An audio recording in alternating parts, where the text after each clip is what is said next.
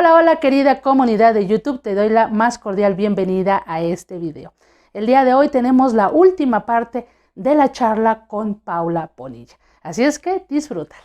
¿Cómo puedes llegar a ser perito traductor? Bueno, Sí. depende de en dónde estás, en dónde te ubicas, me refiero al estado de tu residencia y al país de tu residencia. Prácticamente, no, quizás no podría afirmarlo de forma contundente, pero Sí. prácticamente en todos los países del mundo hay traductores oficiales. Los que están en las embajadas, los que trabajan con la autoridad judicial, con las autoridades penales. En algunos casos también hay traductores oficiales para el registro civil, por ejemplo. Entonces, tienes que buscar en donde tú estás qué requisitos pone el tribunal o la autoridad que hace esta lista o este proceso de certificación y autorización de los traductores que se van a convertir en peritos. Porque en el caso de México, por ejemplo, cada estado tiene su propia lista de requisitos, aunque tienen algunos que son obviamente comunes, pero hay algunos que piden algunas cosas más, otros menos. Te voy a platicar, por ejemplo, de lo que solicita aquí en Ciudad de México, por Sí. ejemplo, para poder ser perito, y esto lo solicita el Consejo de la Judicatura de Ciudad de México a través del Instituto de Estudios Judiciales.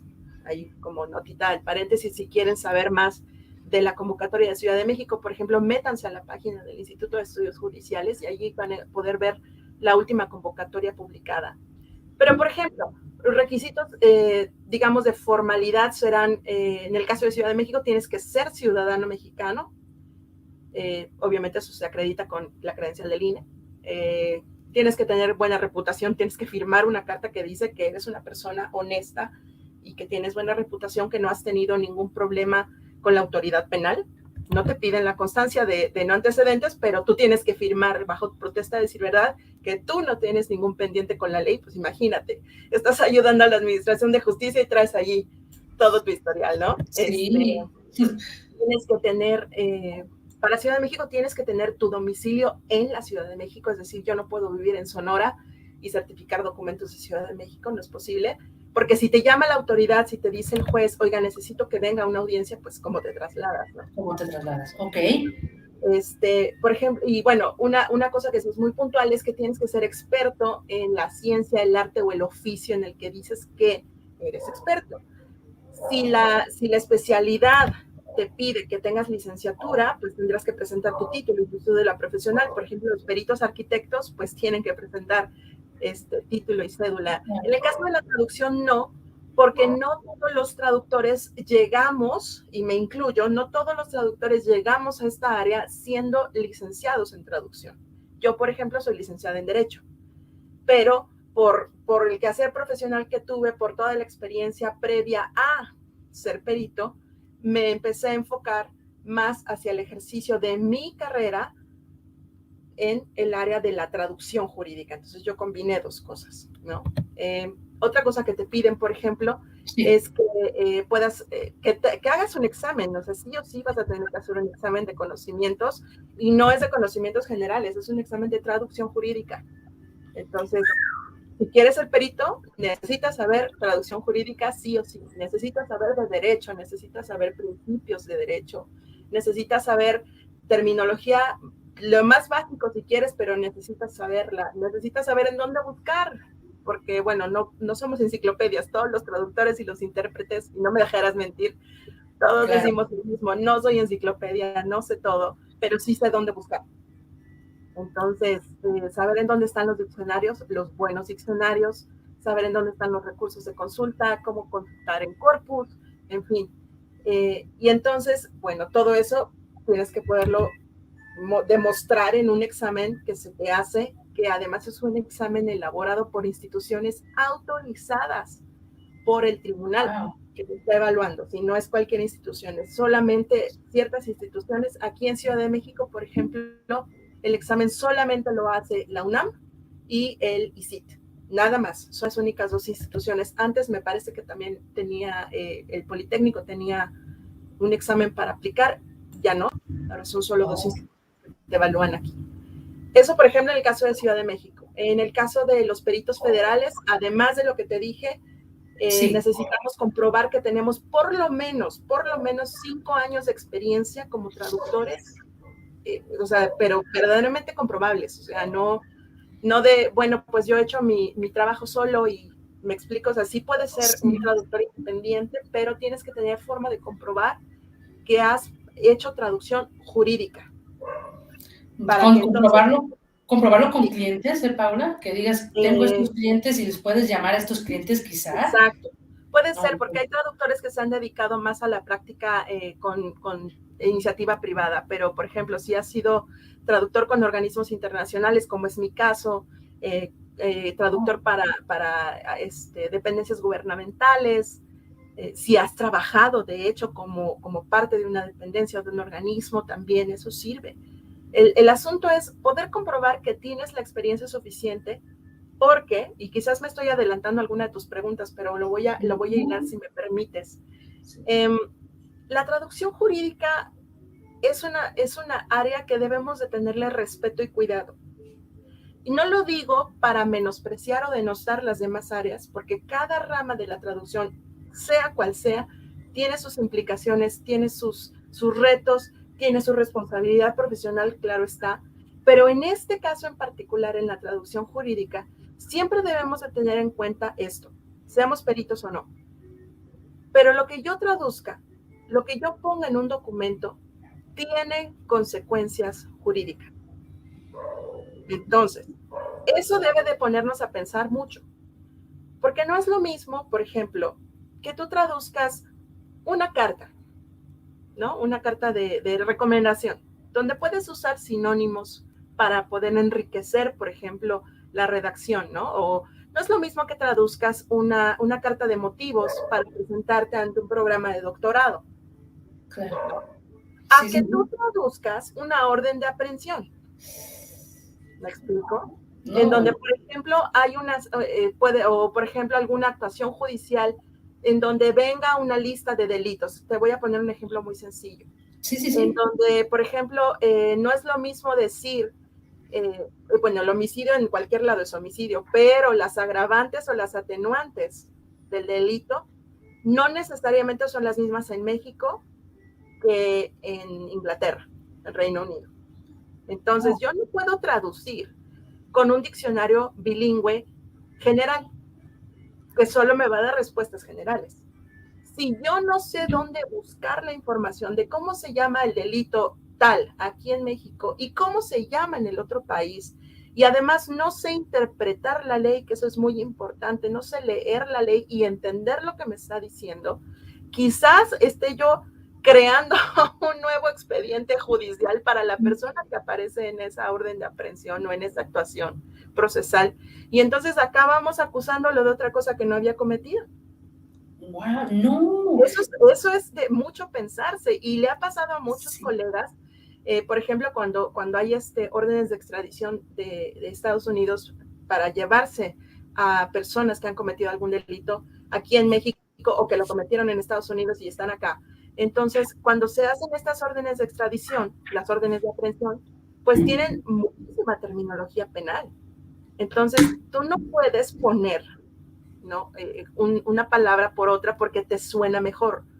Tienes que tener razones suficientes terminológicas y jurídicas para decir, este es la figura jurídica que se aplica en este caso, este es el término correcto. Porque si no vas a crear una cosa que nada que ver, porque puede ser, te pongo otro ejemplo y que se lo pongo a mis alumnos en los diplomados y en los cursos que he dado, no es lo mismo. En inglés, por ejemplo, agreement, el agreement puede ser un contrato, un convenio o un acuerdo. Una de esas tres cosas. En español mexicano, el acuerdo, el convenio y el contrato, cada uno tiene sus obligaciones, sus derechos y sus puntos finos, ¿no?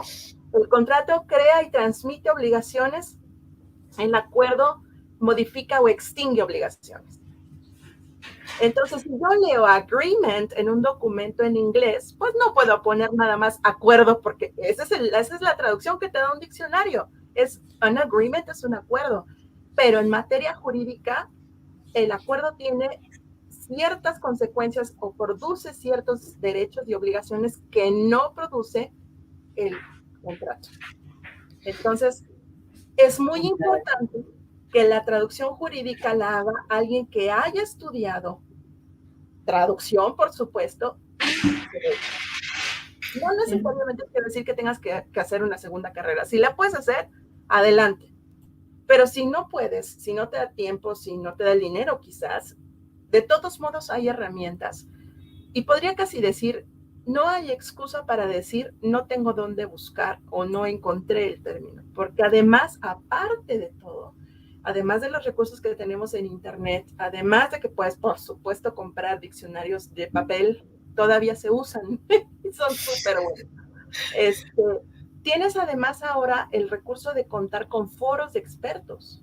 Hay foros que se han ido creando con el paso del tiempo y bueno, ahora más, porque teníamos que comunicarnos de alguna manera y no nos podíamos ver en persona. Entonces empezó a haber un auge de foros de expertos que verdaderamente son para eso, para intercambiar opiniones, para buscar apoyo terminológico, para preguntar, oiga, colegas, ¿alguno de ustedes ha traducido alguna vez el término fulano para el auditorio meta de tal país, por ejemplo? Y siempre va a haber alguien que te ayude. Entonces, sí es muy importante que en la traducción jurídica tengamos mucho respeto por el texto y también tengamos en cuenta que lo que vas a escribir, lo que vas a traducir, va a producir consecuencias para alguien. Súper interesante, y también este aporte que diste, Paula, y que lo remarcas mucho, y estoy totalmente de acuerdo, de tener muchísimo cuidado, porque puedes procesar o puedes poner a la persona en otro proceso judicial o penal que nada tiene que ver, porque o no investigaste bien o porque no tienes idea. Yo siempre lo digo y soy muy insistente en el campo de la traducción médica, que es mi especialidad, de a lo mejor estás buscando o estás haciendo bien tu proceso de peinado terminológico, pero no buscas bien. En Internet hay muchísimas cosas que son muy malas y otras que son buenas. Tienes tú que saber buscar y realmente estar seguro, segura de que ese es el término correcto. Pero para esto, como bien dijiste, tienes que tener un bagaje del conocimiento de las leyes, de las lenguas en las que estás trabajando, de los países para los cuales estás trabajando, para que no cometas un error, porque un error de esos, pues puedes meter a la persona en problemas, sí. y la culpa que te va a estar trastornando toda tu vida, pues nunca te la acabas, ¿no? Entonces, muy, muy interesante. Y una pregunta, Paula. Sí, déjame interrumpirte tantito porque hay algo que quisiera apuntar ahí o complementar. No nada más es la culpa. O sea, ojalá solamente fuera eso, ¿no? De, híjole, te hizo un muy mal trabajo, bueno, mañana se me olvida. No, como perito tienes responsabilidad delante de las autoridades. Es decir, si tú tradujiste algo mal en un proceso, tú puedes tener responsabilidad judicial, penal. O sea, podrían perfectamente, si me permites la licencia, aunque no es la figura como tal, pero podrían vincularte a proceso por estar traduciendo mal. Sí, claro. Eso es lo que te iba a preguntar, o sea, si hay una consecuencia legal en el país por traducir mal. Sí, claro, pues, por supuesto. Porque justamente como somos auxiliares de la Administración de Justicia, si tú haces algo mal que tiene consecuencias, ¿tú crees que se va a quedar tranquilo? La contraparte, si tú le pusiste un 0 más a su cuenta, una paga. No, pero exacto, ¿yo por qué le voy a pagar? Me explico, o sea, es un ejemplo muy duro, pues, pero no quedarían tranquilos y tranquilamente esa parte afectada o la persona que tuvo consecuencias, por supuesto las negativas, por causa de un documento que tú tradujiste mal, podría sin ningún problema iniciar un proceso en contra tuya. Wow, Paula, qué bueno que precisas eso para que las personas que están aquí en el chat, que ya son 12 personas y que hay gente de Guatemala, de México, de Calimaya, del Estado de México, personas también de la Ciudad de México, para que sepan los que están aquí, les interesa esta charla, que hay una seriedad y hay que tener muchísimo cuidado con esta parte de la especialidad jurídica que, bueno, yo no sabía que sí puedes tú procesar, en este caso al traductor, por algún error, por no hacer una traducción correcta. Entonces, imagínate, no tradujiste bien y aparte de eso, pues puedes ir a la cárcel, ¿no? Por ese error que hiciste. ¿Puedes comentar cómo es el examen? ¿O qué tipo de examen te hacen? ¿Es un examen de traducción para convertirte en perito traductor? Sí, mira, te voy a platicar del examen que hice yo. Porque yo sé que depende de la institución que te evalúe, es la forma en la que se presenta el examen. Okay. El contenido siempre será de traducción jurídica y obviamente vas a tener que traducir un documento. Okay. ¿No? Claro. Es como lo normal. Te puedo decir, por ejemplo, que en mi caso, a mí me tocó que me dieran un pedazo, literal, fue un fragmento de me parece que era, no me acuerdo muy bien, pero creo que era un escrito inicial de demanda en un juicio familiar por alimentos. O sea, así de especializada estaba la situación.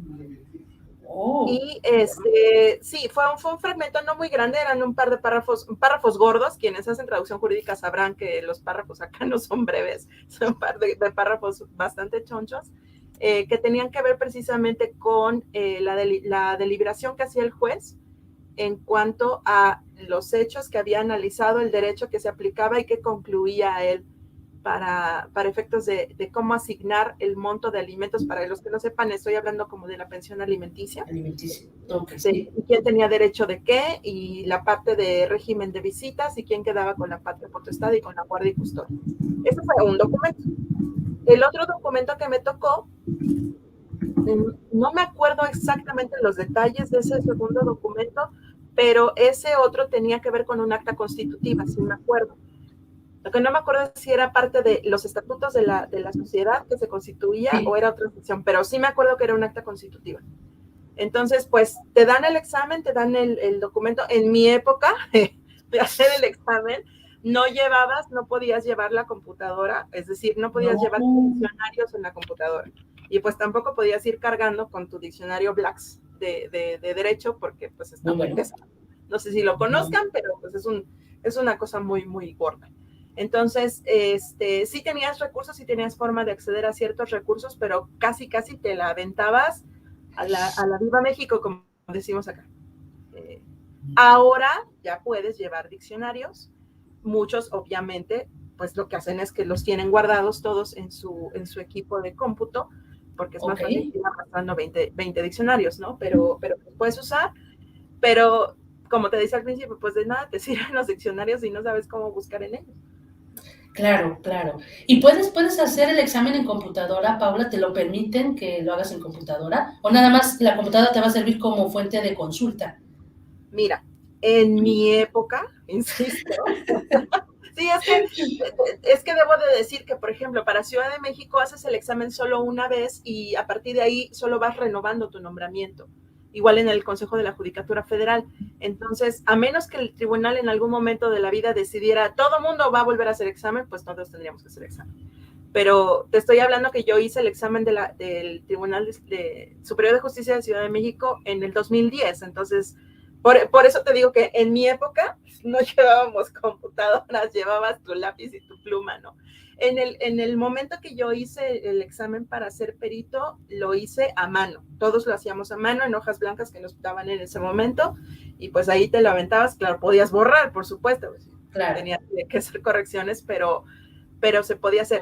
Y luego, una vez que ya haces el examen, Paula, el que te digan que lo pasaste o no, ¿es por medio de una calificación de una letra? ¿O te dicen, sabes qué, pasaste, no te doy calificación y ni siquiera puedes pedir revisión de examen? ¿Cómo es ese proceso? ¿Realmente puedes pedir tú esa revisión? No, la decisión del tribunal es inapelable. Si dicen que estás autorizado, estás. Si no estás autorizado, no estás.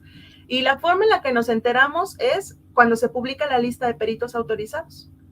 Así, sí, prácticamente estás esperando al momento en el que el tribunal o el Consejo de la Judicatura Estatal o Federal publican en la Gaceta del Estado. En el caso de la Ciudad de México es en el Boletín Judicial, en el caso federal es el Diario Oficial de la Federación. Cuando sale la lista, ahí vamos todos como locos a buscar nuestro nombre para ver si saliste autorizado, pero es inapelable. No, o sea, si estabas segura de que hiciste un buen examen, no puedes pedir revisión. Oh. No la hay, no la hay. Porque usan, yo creo, el criterio de sabes o no sabes, ¿no? O sea, sí. Es muy complicado quizás poderlo justificar. Yo misma no sé cómo hagan, o sea, sé que las instituciones que el tribunal autoriza son las que hacen la revisión de los exámenes, y obviamente pues son exámenes enfocados a lo que necesita el tribunal saber que tú sabes hacer, ¿no? Porque no es un examen de traducción general, te digo, claro, sumamente especializado, muy, muy puntual. Entonces, ¿qué le puedes apelar? O sea, claro, ¿qué podrías decir, no?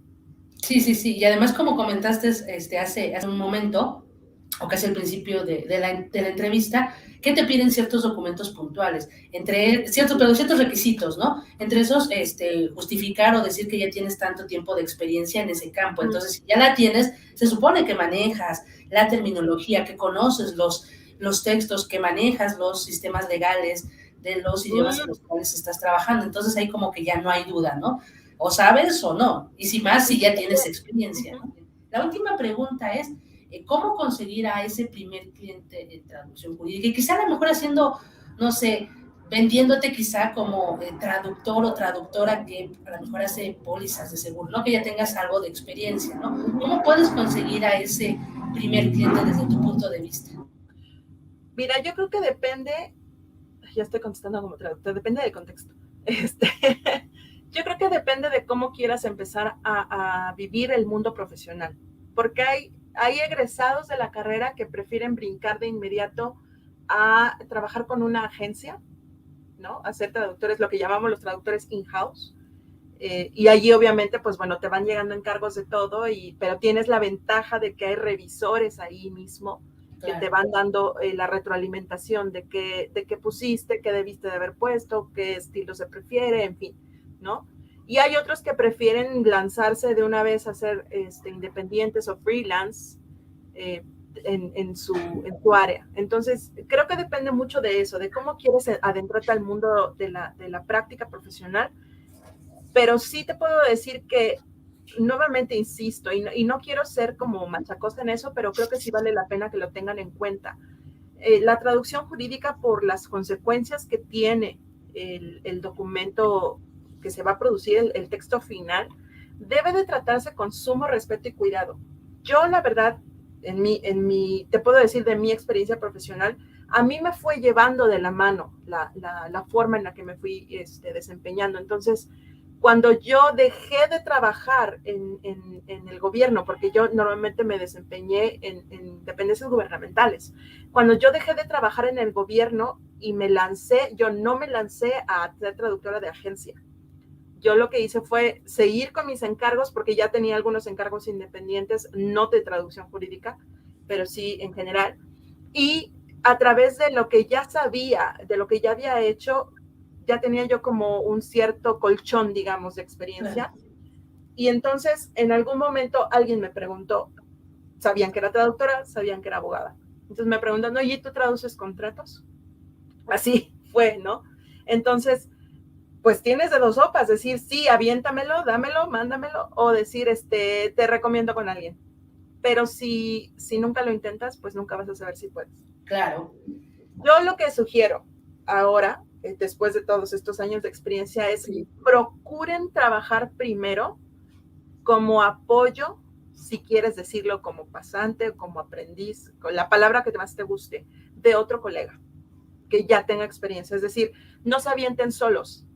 El tener la oportunidad de contar con un mentor hace completamente la diferencia entre poder aprender a traducir profesionalmente de una forma, digamos, suave, de una forma controlada, de una forma sobre todo apoyada, y no aventarte nada más a la viva México, porque puedes tener errores que verdaderamente te cuesten no solo el prestigio profesional, o a lo mejor al cliente, ¿no? Se te ve el cliente, pero además el tener consecuencias por haber hecho una mala traducción, o sea, consecuencias jurídicas, me refiero a eso. Me da muchísimo gusto que hayas aceptado la invitación. Infinitas gracias, de verdad, porque tu explicación fue fascinante. Tan es así que todas mis preguntas ya las respondiste con lo que comentaste, entonces estuvo súper bien. Me agrada muchísimo cómo explicaste todo muy puntual y muy claro para que la comunidad sepa cómo está la cuestión de la traducción jurídica y todo lo que interviene. Entonces, pues infinitas gracias, de verdad, Paula. Muchas gracias.